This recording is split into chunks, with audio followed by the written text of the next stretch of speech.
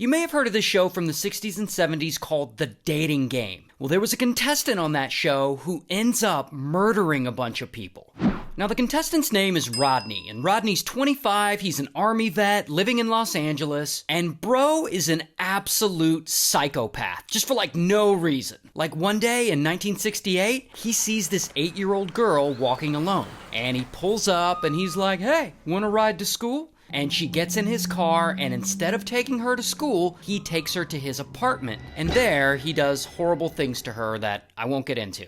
But after this, police are looking for Rodney, and the FBI ends up putting him on the most wanted list. And so Rodney has to go on the run, and he goes from Los Angeles all the way to New York. And there, he changes his identity, and he changes his name, and he ends up going to film school at NYU. But Rodney isn't about to change his ways. He's still a psychopath. Because a few years later, he meets a nice woman, and she's moving into a new apartment. And Rodney offers to help her move some furniture. And once he's inside her apartment, suddenly, bam, he attacks her. And he strangles her with a pair of nylon stockings until she's unalived. Then he leaves New York City and he travels up to New Hampshire. And there, he somehow gets a job as a counselor at a kid's summer camp. And he lays low there for a few months, but then a couple of his students are at the post office one day, and there just happens to be an FBI's Most Wanted poster there, and it happens to have Rodney's face on it. So the students are like, "Yo, is that our counselor?" And they freak out and they report him. And then, boom, Rodney gets arrested,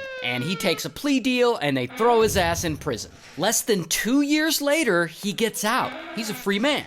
But only 2 months after he's out, he approaches a 13-year-old girl while he's in his car, and he offers her a ride to school. And he ends up doing terrible things to her, and he gets caught, and he gets thrown back in prison again. And then 2 years after that, he gets out again. And he travels from California back to New York City. And there he meets another nice woman, and he offers to take modeling photos of her. Like, "Hey, you look like a model, I want to take your picture." And she agrees, and once they get alone, he ends up attacking her and unaliving her. And after that, I guess he travels to Wyoming. And there he meets another nice young woman. And he's like, "Let me take modeling pictures of you." And she agrees. And once they get alone, he attacks her and he unalives her too.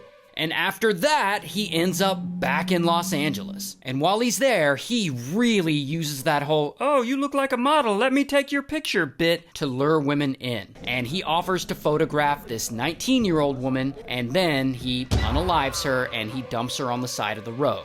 And he does the same thing to a 27-year-old woman that he meets